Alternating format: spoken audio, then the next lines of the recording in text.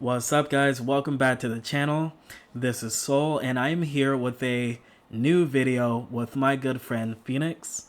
And we're going to be doing a reaction of King Recon's reaction to our theory video.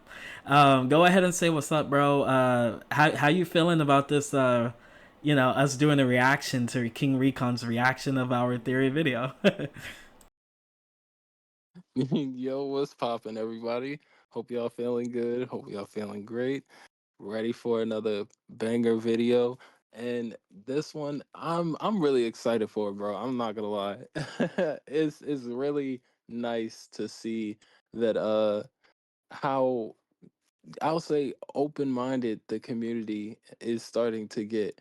Like it's mind-blowing. It feels very surreal, especially like while we're still a smaller channel, and due to like the past let's due to the past, like our community has been over the past decade, it hasn't really been popping like that. So like now that we have a bit of, attention, we can do theories and discussions that can go around, and I'm really excited for real. um so I'm just ready to get into this reaction because it's something that we made too, and I take pride in it. I'm not even a prideful person, but I take pride in that. I agree with you, bro, because I know how you are, and I know you're not a prideful person. What this is, we're just really excited at the fact that we've gotten a chance to have someone look at our, theory video and our work and be thoroughly pleased by it. So I know what it is, bro. Yes, sir. Yes, sir. All right. So without further ado, guys, let's go ahead hop in to this reaction, and we'll go ahead and have a little discussion as well of as we're watching it. But we're just gonna let the video play out, and yeah, we'll just pick it apart and try to have these discussions about his reaction and basically his discussion, actually. So yeah, let's go ahead and talk about King Recon's discussion of our theory video. And if we're able to give you guys any more insight to how we feel on these topics, we would love to do that. So hopefully you guys have some popcorn by you, have whatever you need, because this is going to be another fun video. So let's go ahead and dive on in. Bye bye. Yo, great video, man. Great collaboration. A few thoughts. First thing I want to talk about is the U-Haul question in the middle of the video. Let me see if I can go back to the U-Haul moment. Absolutely loved it. What great theory. And there's so many things going into my in my brain right now that's spinning. I find it to be fascinating. I think this is the Uryu part, or the I found it. If you would have asked me before this video, I probably would have said it's just the events of the past.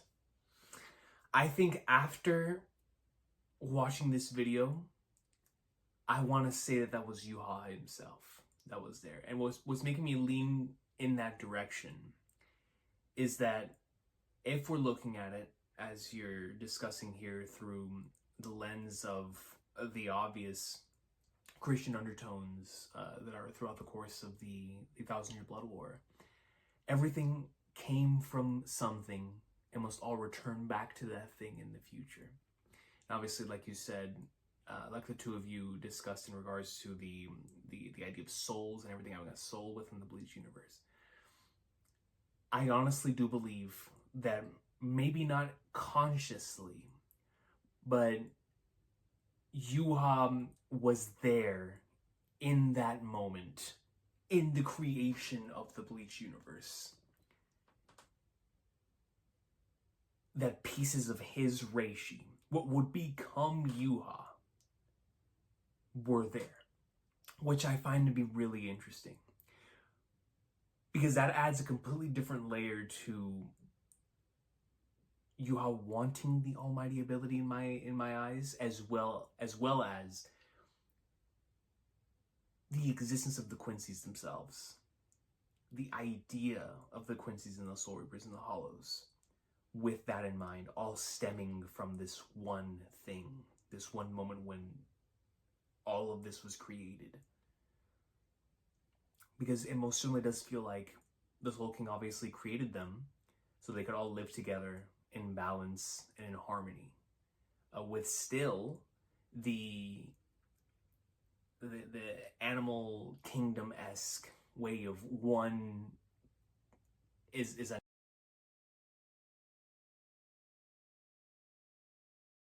a natural weakness, or is weak to another, right? Like Quincy's the Hollows, for example. And so there is that part of the chain. Well, some are stronger in other situations, and others are, they thrive more in others. But I think Haschwald, Uryu, and Yuha, in particular, this is really fascinating stuff that you presented here, specifically in regards to the Almighty, the antithesis, and the balance. Because it makes you wonder why such things were etched, if they were etched into the soul.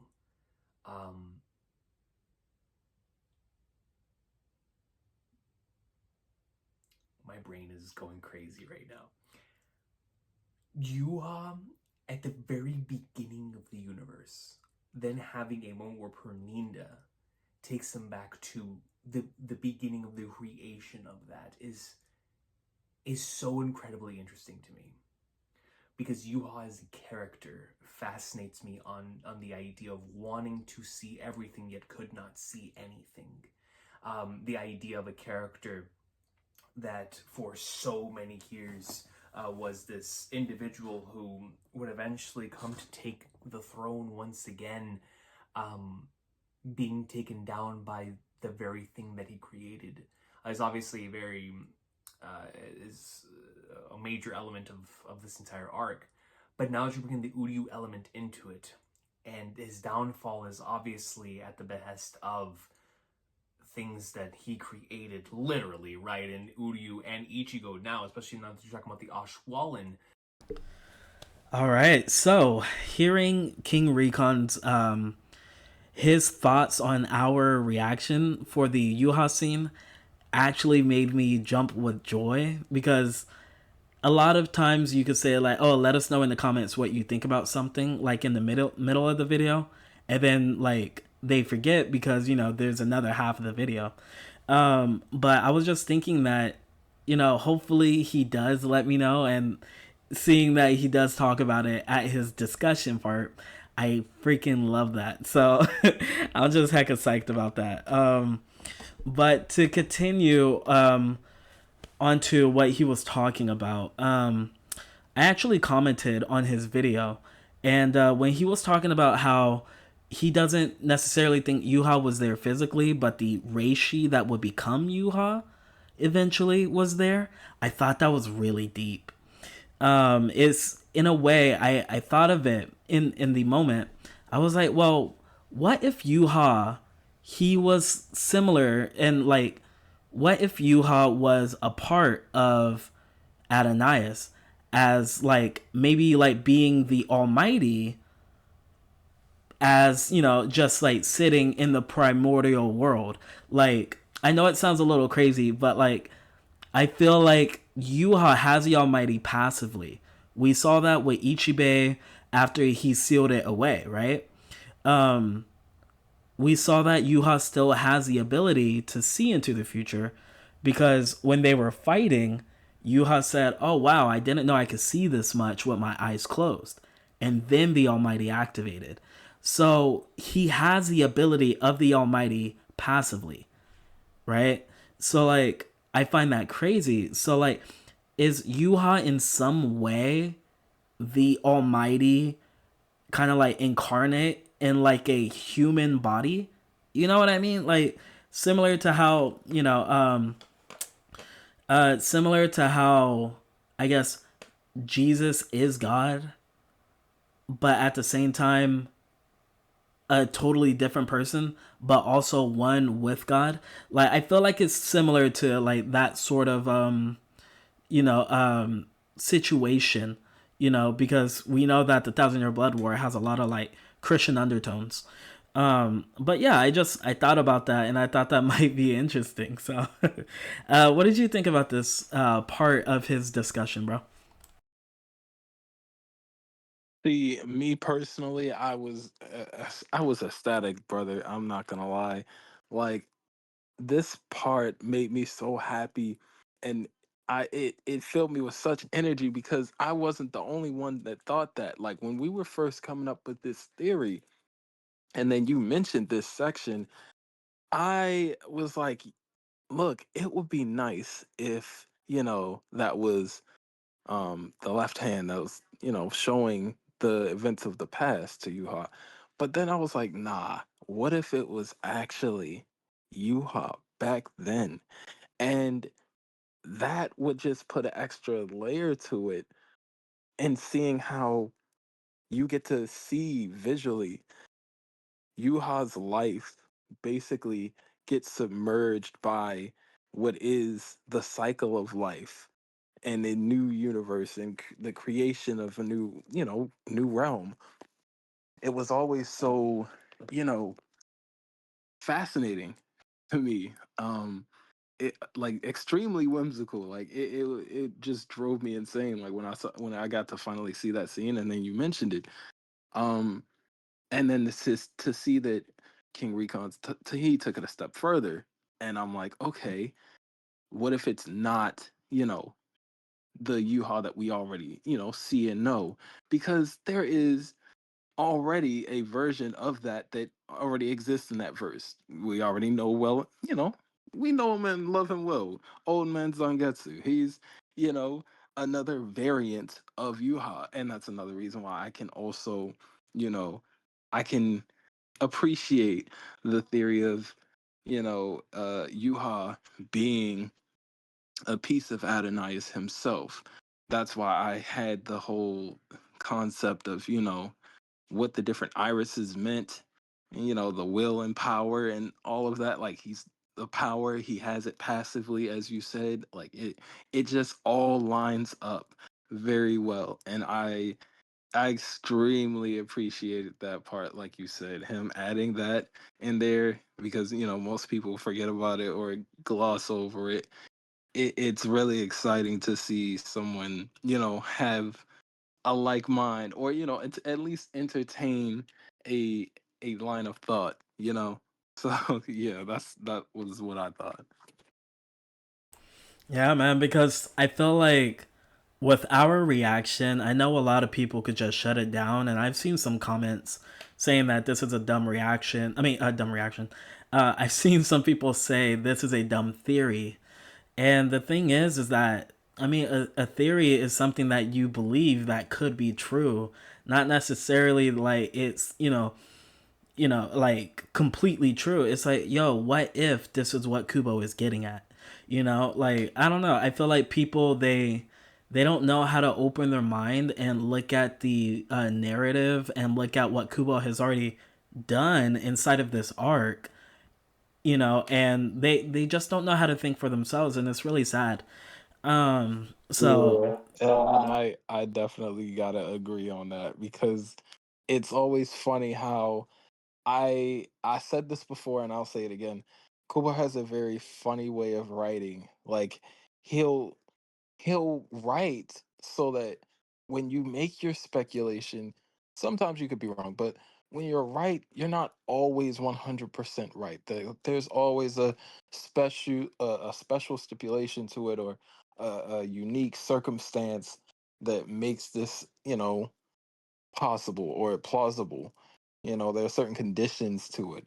Like prime example, Rukia and how her Zanpakuto works with ice.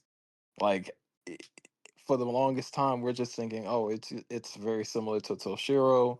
It just emits ice. But no, it's actually different. So that's what I appreciate about Kubo's style, and that's what allows our theories that might seem far-fetched at first to be given evidence and, have real merit to it, and an enjoyable discussion. No, that's facts. That's heck of facts because a lot of people did look at her, her Zanpakuto as like, oh, it's just like Toshiro's but different, or like prettier. It's like no, they're completely different. But okay, nice. Let's go ahead and continue on to the next portion. Being taken down by the very thing that he created is obviously very uh, is a major element of this entire arc. But now that you're bringing the Uryu element into it, and his downfall is obviously at the behest of things that he created, literally, right? And Uryu and Ichigo now, especially now that you're talking about the Ashwaulen, it makes me think that the bow and arrow is actually not something that belonged to anyone, but what it could represent is Uryu's bow and arrow from the current time, right? Like a future, a potential possibility from the future that was created thanks to Juha's own actions.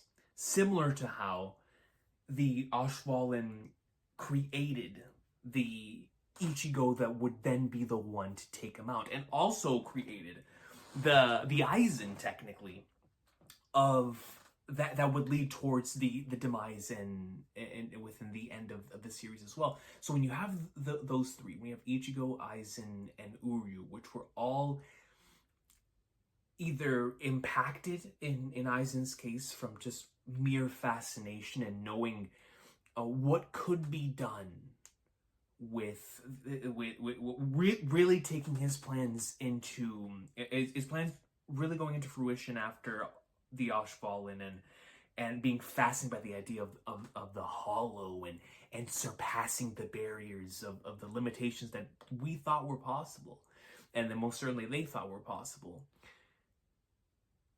Ichigo, Aizen, and Uryu, all in that moment. Though Yuha, of course, could not foresee that.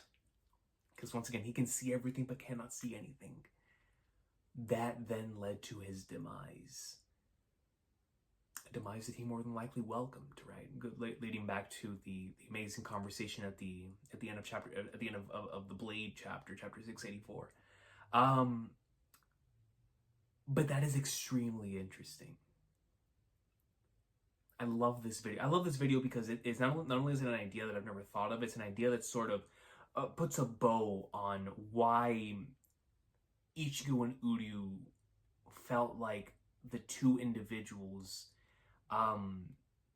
that needed to be at the central core of all of this, especially in this arc, but throughout the course of the entire series, in multiple different ways. And focusing them at the beginning of the Urankar saga.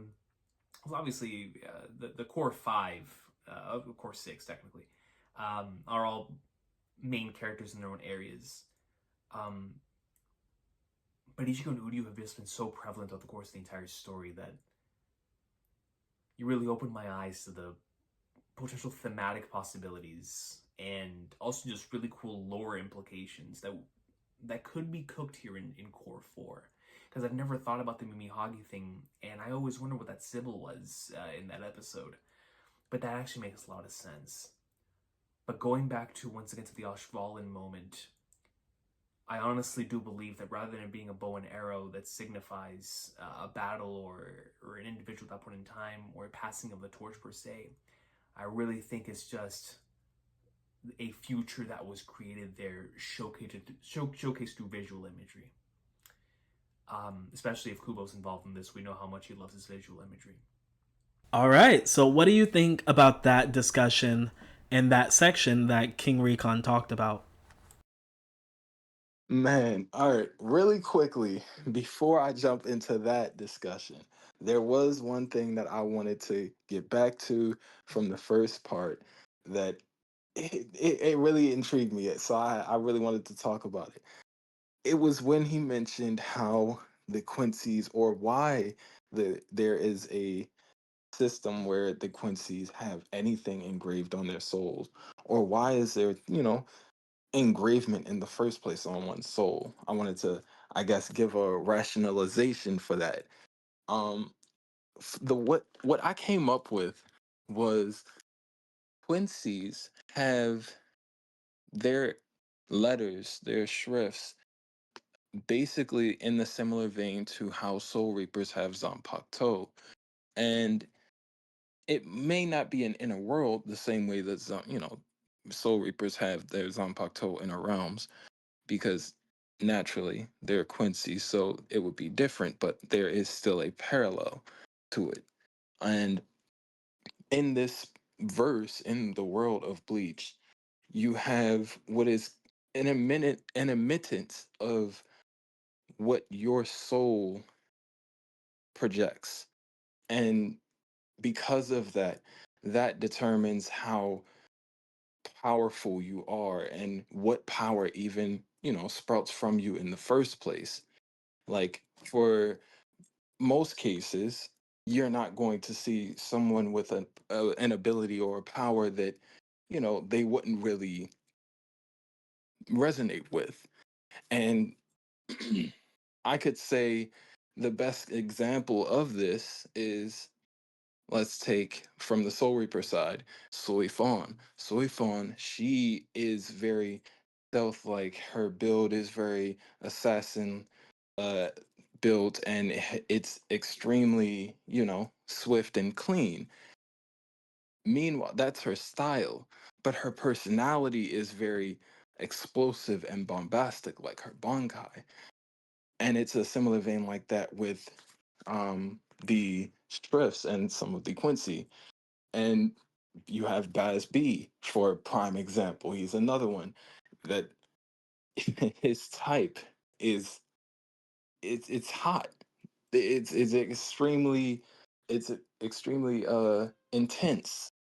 So it's just an example that I wanted to come up with for, the reasoning or rationalization as to why shrifts or why things are engraved on the soul, because it basically projects their soul's personality, their typing. And, that carries on into the type of abilities that they end up having. But yeah.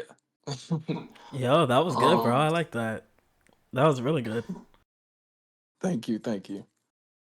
All right. So, what did you think about the Australian section that he just talked about?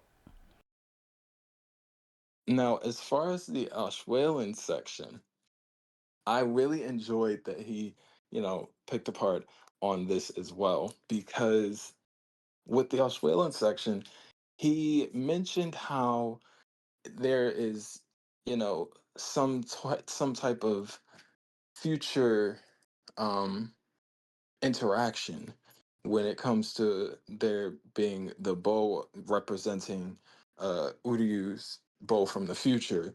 And my interpretation of what he is saying, with what King Recon is saying, that like this bow is, I will say, not a bow of, to deal damage, to kill, like how it's usually drawn, as, the parallel was with Misaki and, the whole situation with Grand Fisher. This bow was drawn in order to protect, and that would also put an emphasis on Uryu and his shrift, the antithesis as a whole, period. That would be its true first moment blossoming, like giving us a true showcase of the rejection of everything that is Yuha and the Almighty, what his goal is, what his purpose is. Like, that is what the word antithesis means. So it would tie a nice bow around it if that was like the moment that the flower blossomed into, you know, protecting and rejecting everything that Yuha just did in that moment for him specifically, because that's what's in his soul.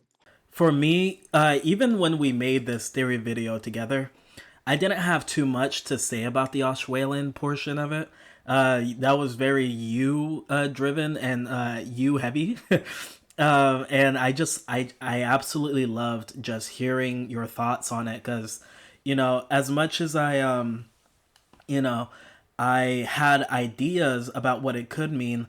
They weren't as deep as in they weren't as deep and intense as the Yuha scene when he was in the primordial sea. You know what I mean? So I really did resonate with the things that you said in the Ashwelin section in the theory video of ours.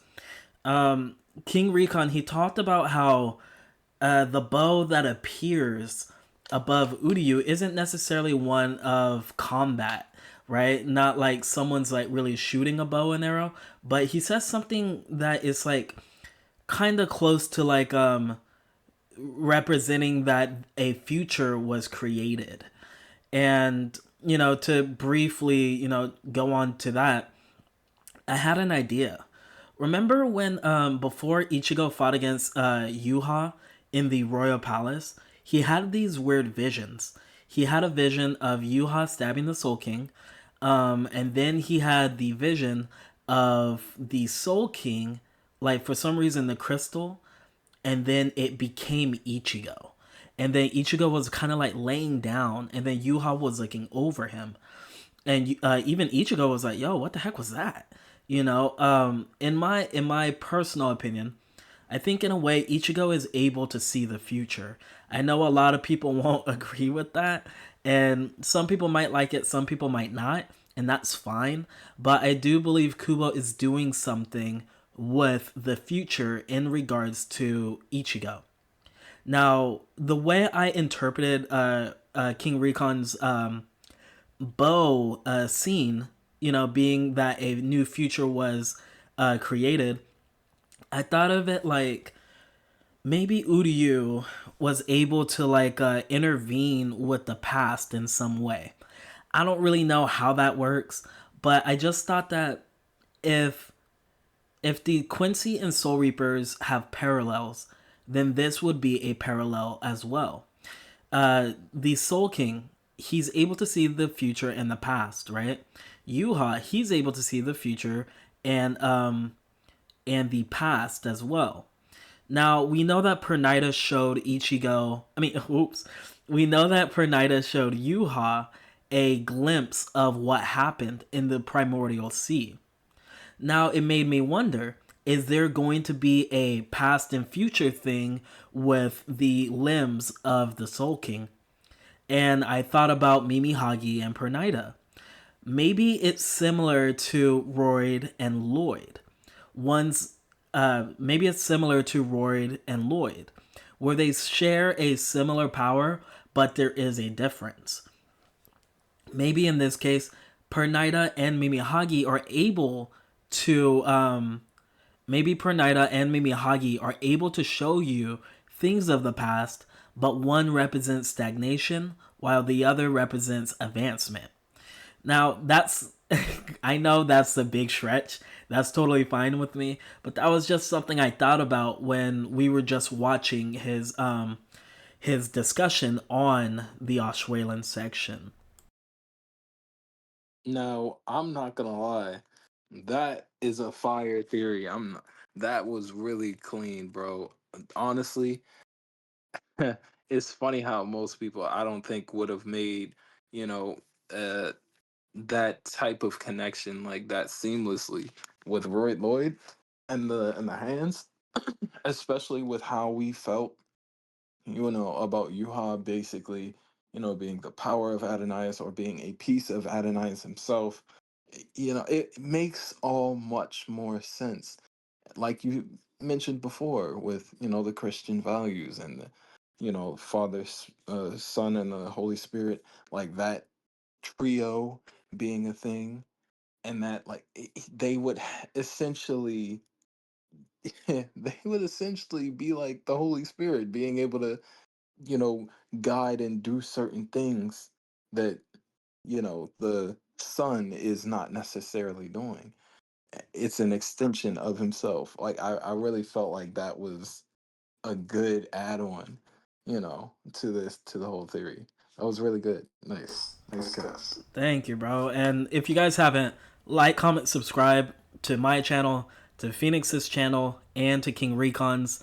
And yeah, okay, let's go ahead and continue this reaction. Of what Yuha saw, or I'm sorry,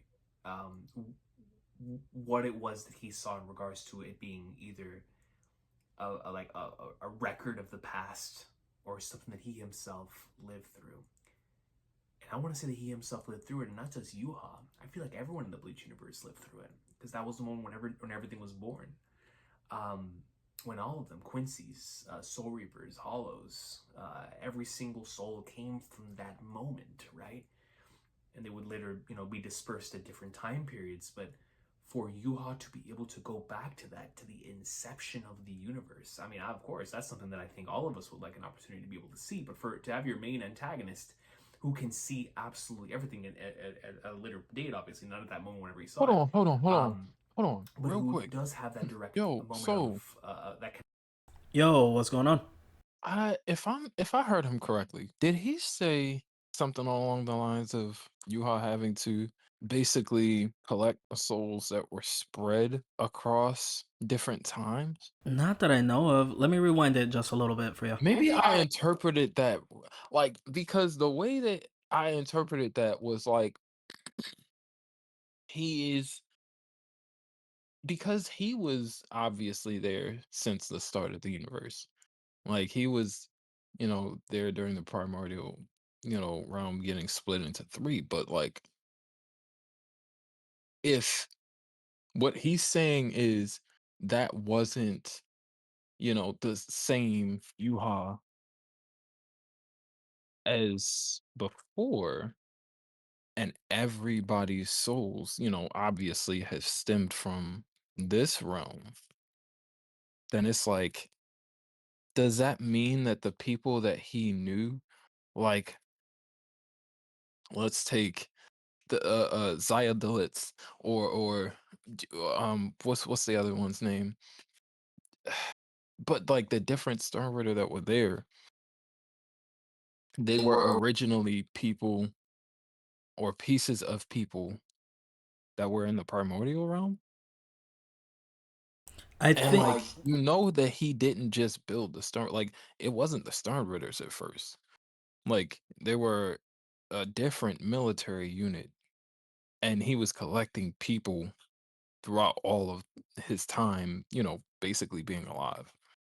So I think I'm that's thinking about this like in a Kingdom Hearts type way. That's like the most basic generic way I could like explain, articulate what my thought process is for that. Like the people that's on Yuha's team is essentially like pieces of people that like kind of like how wait, you watch Black Clover, right? yes. Okay, you caught up, right? I haven't caught up in like in the anime. Yeah.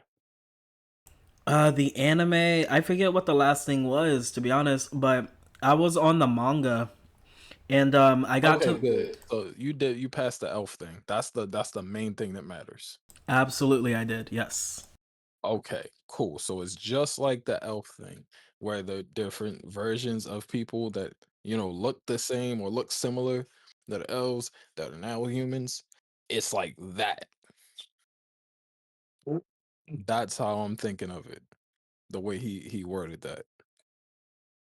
Okay. Okay. I didn't think of it that way. That's Yeah, that's why I was like, hold on, did I interpret that wrong? Well, like, is that the angle he's going at it? Because if that's the angle he going at it, like, bro, that's tough. sure. Okay. Let me. I'm gonna go ahead and rewind it a little bit. Let's go ahead. Continue. Okay. Everything was born. Um, when all of them, Quincy's, Soul Reapers, Hollows, every single soul came from that moment, right? And they would later, be dispersed at different time periods. But for Yuha to be able to go back to that, to the inception of the universe, I mean, of course, that's something that I think all of us would like an opportunity to be able to see. But to have your main antagonist who who can see absolutely everything at a later date, obviously, not at that moment whenever he saw it. But who does have that direct connection to Adonais and does have that a moment of that connection, going back into biblical terms, of like the prophetic nature of the return or things that have yet to become. It's so interesting that you have a character that sort of, you know, has that desire for everything to return back to its beginning, and also one day to its end. And for Yuha, similar to the Auschwallen moment for Aizen and Ichigo and Uryu, all being where their lives were forever changed. It is interesting how we don't know how things could have gone after if Perminda had never shown Yuha that. That kind of felt like just a flick moment, similar to going back into the book of Genesis, with the ye shall become gods, or ye shall become gods after attaining the fruit of knowledge. And it's like Yuha dared to bear his fang at the fruit of knowledge that would give him an opportunity to learn about the creation of the universe, and that he was never the same ever again, and thus fell after that, right? I also find that to be very fascinating of itself, and I'm looking forward to seeing how all this stuff is explored in the fourth core, because like you said, we have had so many anime original sequences and moments with just stopping it right there so we don't forget, but that little section that he just talked about, yeah, man, I didn't think of it the way you did in that scene, you know, but I think it has some you know, food for thought, if I'm being honest. You know, the things that Yuha saw, you know, was he actually there or was he not? You know, like, there's so much that I would love to see in Core 4 when it came to that scene. You know what? Because I don't have too much to say about that scene, because we did talk about it and you talked about it actually in that, you know, little moment of the of this section. But do you think we're gonna get a Adonias backstory in Camp Furion World in Core 4? Oh man, I would love to get an Ananias backstory, especially because ever since they showed us the flick at the beginning of the episode, um, showing the silhouette of his mom and the umbilical cord, I was just like, and you know, all the hands with the eyes chanting his name. I was always interested in getting a flashback or backstory. Like, I'm not gonna lie. Give us like I would be happy if we got like the everything but the rain type of treatment for, you know, a Yuha flashback. Like, you know, a good 2 episode flashback, you know. That I feel like that would suffice. That would give me plenty of information and context to what things were like, what he was like back then, things that were happening, especially in the realm of Quincy's two Soul Reapers, because to this day, to this day, Ichibe is a mystery that I need solved. I need answers about Ichibe.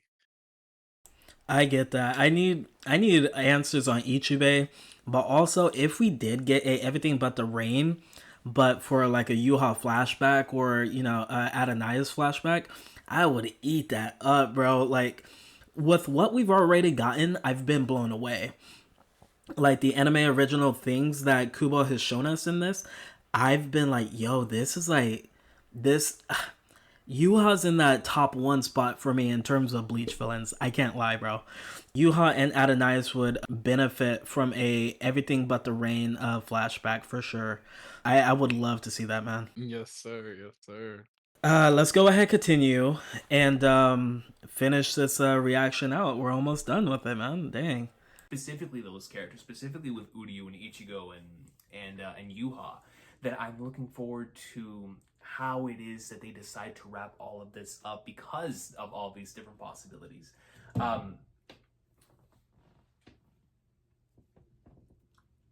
Really have my brain going right now. there's so much there, but I'm in awe. I'm in awe of what y'all were able to achieve here, because not only was this a great video for really enlightening a topic that I have yet to see anyone talk about, but it's also the way that it was structured leaves so much up to own personal interpretation and discussion. That part, bro, I've been saying this for a while, but Bleach, it has so much content that is discussable that a lot of people don't notice because it flies over their heads, and I freaking hate it.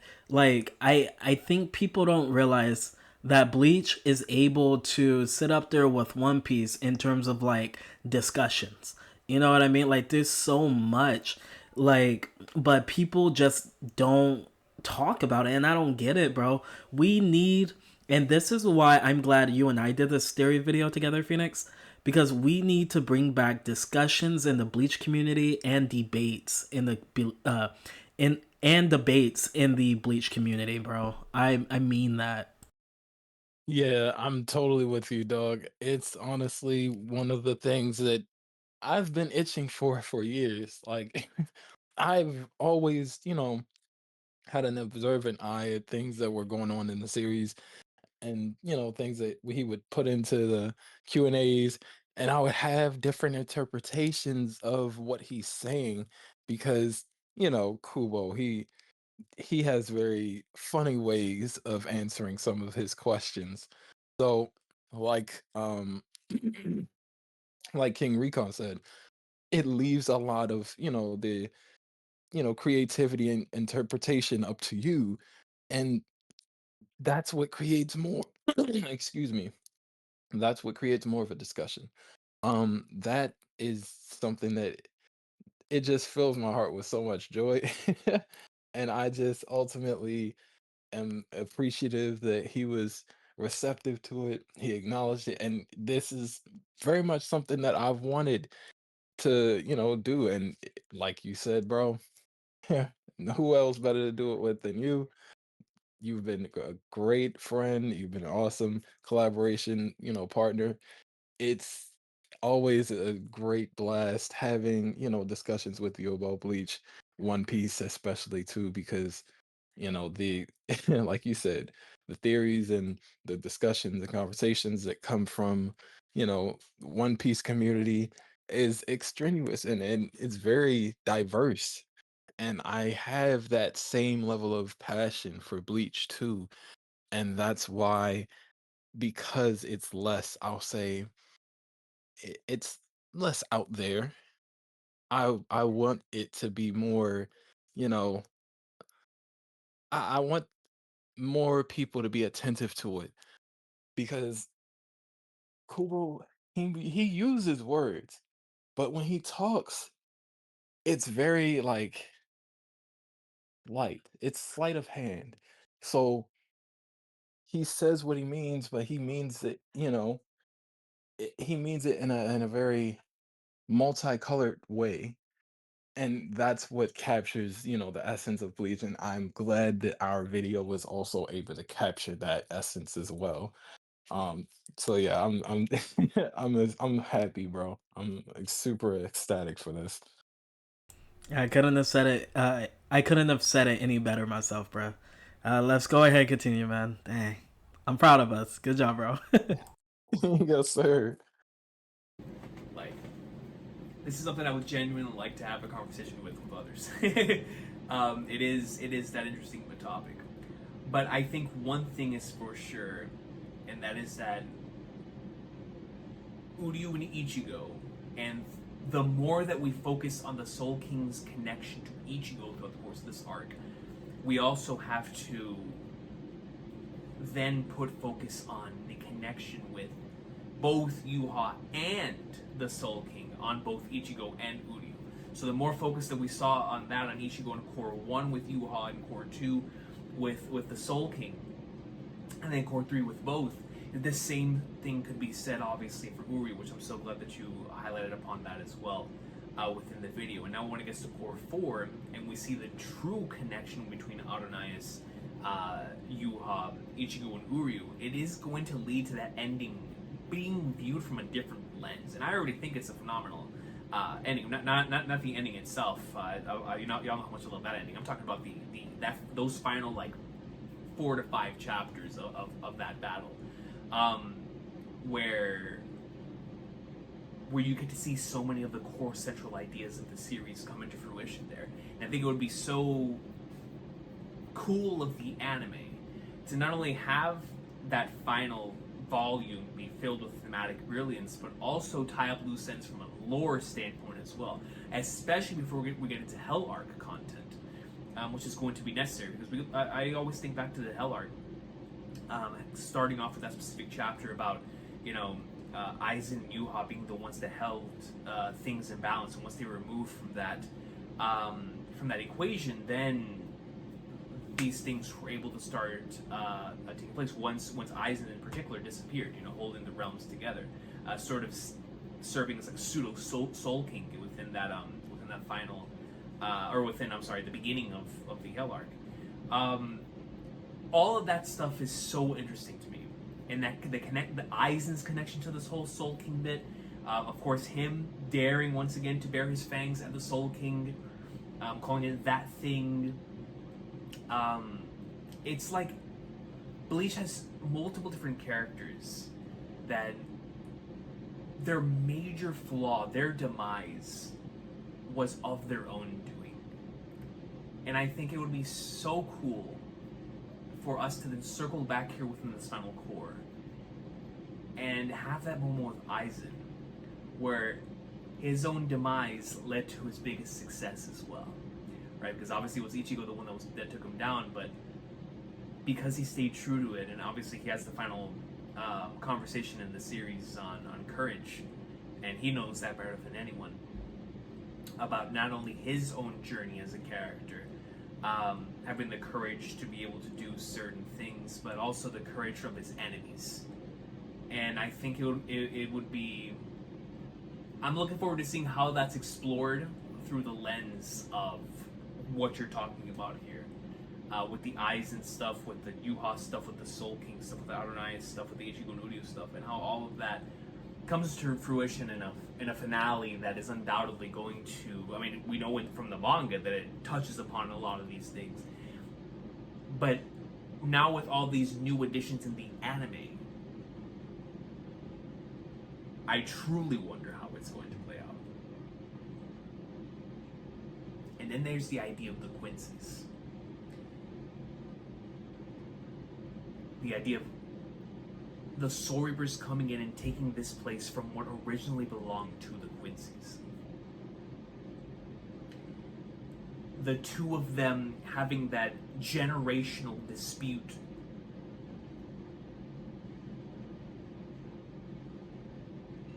Seemingly endless dispute.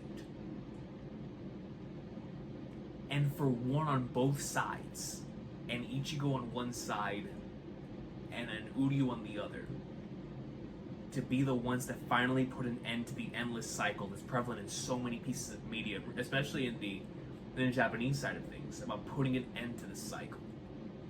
For these two to be at the very center of that, then both of them would need to be connected to the Soul King and Yuha in multiple different ways. And I think what you're presenting here is exactly that. Where by the time we finish Core 4, by the time we finish the Bleach 1000 Year Blood War and the anime version of this, we're going to have a complete understanding of what that connection is with Uryu, Adonai, and Yuha, and Ichigo, Adonai, and Yuha, and then of course their connection to each other. So I love this idea you've presented. I love the conversation that both of you had. And it's an eye-opening video in regards to what they could potentially be doing with the anime version of this arc as we head into Core 4. And I just thought it was an excellent theory. That is so huge to me, bro. Like, when he said that, I really felt like we did it. We accomplished exactly what we wanted to create. He talked about the Soul Reapers and Quincy thing, how in a way the Soul Reapers just kind of like took things away from the Quincy and made it to where now it's a Soul Reaper world instead of a Quincy world. I think that's facts, because the royal family on what they did, that even started this. Oh, sorry. That even started this whole thing. And it's crazy because like even Adonias, he did that same thing, where he didn't really make a place for the Quincy to exist. It's like in a way like the primordial sea, or at least the first world, that was all like that was definitely a world for Quincy in a positive way. And it's not like you might feel different about it, but it's not like it wasn't a Soul Reaper world, you know what I mean? But they just wanted to make it into what they think it should be. And they didn't even think about the Quincy, and neither did Adonias. So like I just find it so interesting. Like if Core 4 really did give us a adaptation and like a Adonias flashback with Yuha and like the whole Soul Reaper Quincy thing, bro, I think that would probably be my favorite flashback in the entire series of Bleach, hands down. Oh yeah, absolutely. I totally agree. And I was listening to everything, dog, just shaking my head like, man, he's hitting both you and King Recon, just hitting every nail on the head. I'm just like hitting every note that I wanted to address already. Like it's the wavelength that we're on is all of one like mind. I'm genuinely like, oh man, I'm so appreciative that I have, like you called my boy King Rico, Bleach scholars. I'm glad I have a couple of us, putting our heads together to make this video happen. It's definitely it's always fun. It's always fun when I get to have, these conversations and these angles of perspective from the series, because there are a lot of characters that share, similar fates, like he was saying before. Um, they're being their own demise, essentially. We've seen that be the case on both, the quote unquote good guys and bad guy side, with the whole Komomora and Tosin thing, both of them. It's always it's always, full circle. And that's one thing I've noticed about the Bleach verse, after the triplet technique. It's always a cycle of some sort, with these characters. And that's what I kind of like to speculate the way that I do. It's oh man, this is amazing. Like I almost have no words. I'm gonna feel like a broken record repeating myself, because like And the video I made with Raven, Crank, right? The not so black and white of the Soul Society. I feel like when you look at Bleach as a whole, it gives you so much, and there's so much to talk about. So I mean, I've already told you, that's gonna be a series of videos. So I am coming up with another one. Just stay tuned for that. But Bleach, it has so much, man. And I just absolutely loved King Recon's discussion of our theory, and just everything he said, because it just really cemented like you and I made the right decision on making this theory together, bro. So let's go ahead, finish this up, and then yeah, end it from there. Exciting stuff, honestly. both from a lore standpoint and a thematic standpoint. So, Core 4, man, I know we've all been looking forward to it just because of the really cool moments that are going to be in there. But it's specifically those last few episodes and potential Hell Arc implications. God, how awesome would that be to have a cliffhanger like that, right? But even before we get into that, seeing how they wrap all this up and answer all those questions within the anime version of this is going to be extremely interesting. Because one of my favorite parts about the Thousand Year Blood War, the manga version, is that was Kubo's Thousand Year Blood War as he created it in that part of his life, and that he could not have replicated that arc ever again in another part of his life. What we're seeing here is sort of his Evangelion to the Evangelion rebuild, where it's his opportunity to be able to make an arc that obviously meant a lot to him again, but 10 years later. It's not going to be the same arc, though a lot of the core is going to be there. But this is the Kubo of now and what his answer is to the Thousand Year Blood War content now. I absolutely love that he said that, because I do wholeheartedly agree. The Kubo of then that first made this Thousand Year Blood War is different from the Kubo of now that's making the Thousand Year Blood War again, and it's gonna have some differences for sure. But I just love that he said that. I felt like that was really well thought out. Absolutely, I agree.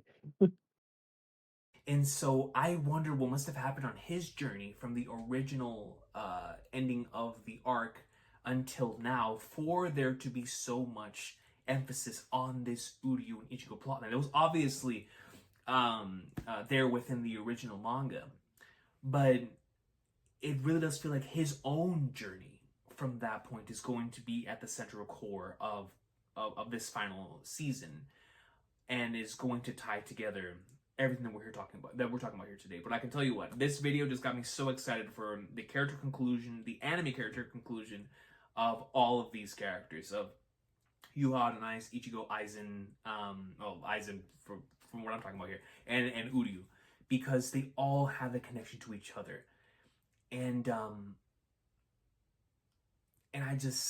excited. I'm excited. So I thank you once again. I thank both of you for taking the time to be able to record that. Really, really great video. And I hope that Bleach fans around the world get an opportunity to also watch that theory before heading into Core 4. Because whether it's something that you agree with or not, it is very good. It's great food for thought. And also opens up the possibilities of what could happen and what could be touched upon in this final season, and all the new anime original content that could be added to further explore elements like these. And if we ever do continue the Hell Arc, then it would, all the stuff we're talking about here could be taken to an even greater extent within there, because then you would have an opportunity to be able to talk about things from the other side, right? Because right now what we've explored within the Bleach universe is everything that's above here, right? So we're exploring all of this and where life leads to on the very toppest of the pinnacle, going back to the beginning of everything, and also the end of everything, right? Because where everything comes from in what we're talking about in that Yuha and Ice section, that's where everything comes from, but that's also where everything returns to eventually, right?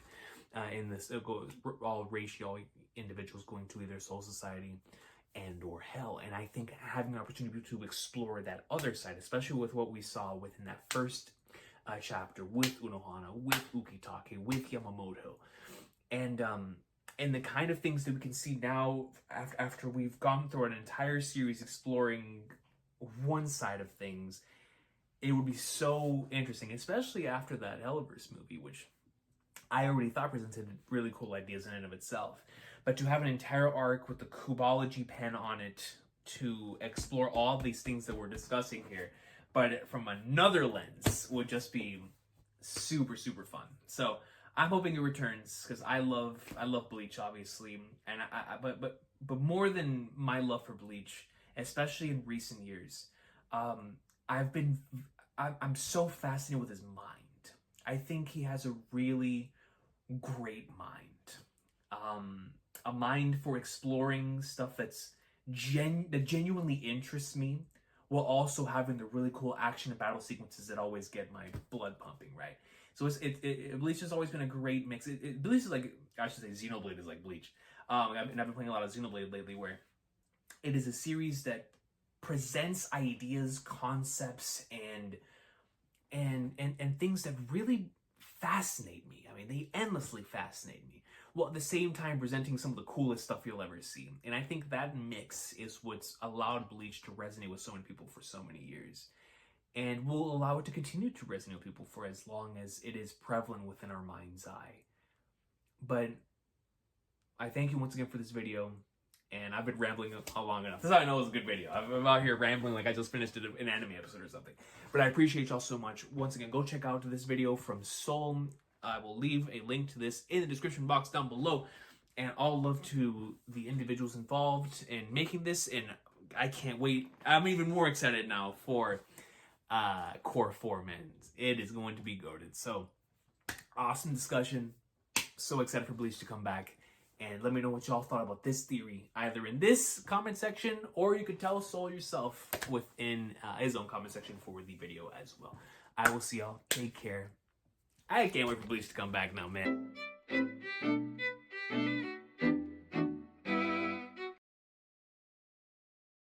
Bruh, I love that so much. If you guys, Yeah, same. if you guys haven't, make sure to like, comment, subscribe on King Recon's theory of reaction of our theory video. Make sure you check out his other channel.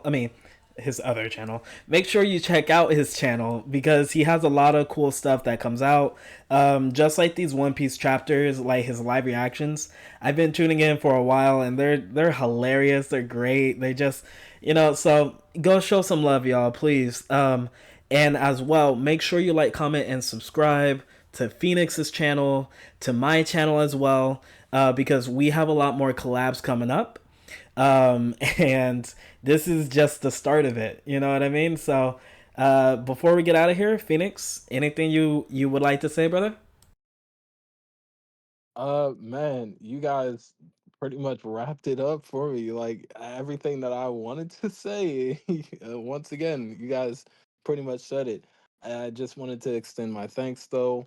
Um, Thank y'all again for watching this video and also engaging and sharing, commenting, all of that good stuff. It really does mean a lot to us because again, we've made this video to, connect with the community, and that's the best way to do that. And you guys have been really awesome. The support has been extremely, appreciated. I, enjoy the reception from the community, even, with especially with King Recon. Like this has been amazing. And in the time that we've made this video and even come up with it, the results that have come from it so far has been extremely fruitful. So I'm very grateful for it. Um, but yeah, definitely like my good brother Soul here said, like comment and subscribe to his channel, my channel. We have a lot more content coming up. I am a slow baker, so I'm just working through some things, but I do still have a lot of things in the works. So you guys will be seeing that from me on my channel as well. But I love the fact that I get to, share this and be in this as one of the, new upcoming pillars, me, Soul, King Recon, in the Bleach community. This is gonna be a wild ride, and I hope y'all strap in. Exactly. So thank you guys for watching this video. Let us know what you thought in the comments of this reaction and this discussion. And until then,